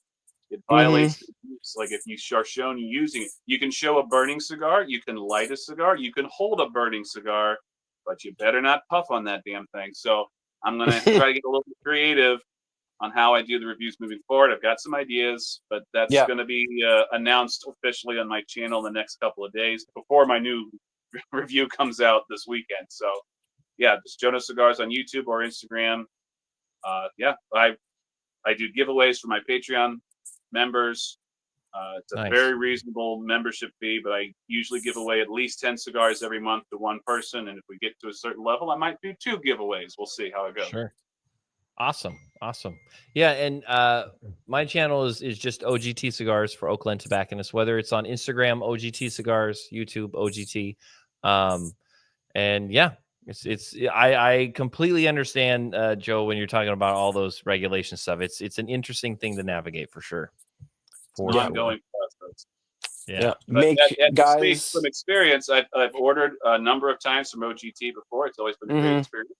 Well, He thank takes you. care of his I customers appreciate very, it. very well, and he's got a very good selection, and he's always coming Yeah. up with cutting edge releases. So I got to Thank you. give big props to you for your Yeah. endeavors there. Did Yep. we? I'm trying to remember because like we've talked a little bit at PCA. Did we meet at Pravadacon? We did Is that Pravadacon 1. yes? Okay, that was it. I was like, did we first meet at PCA? Did we meet at which was it? Because I know we've ran into each other a few times. Yeah, So yeah. it's good seeing you again. Good hanging out.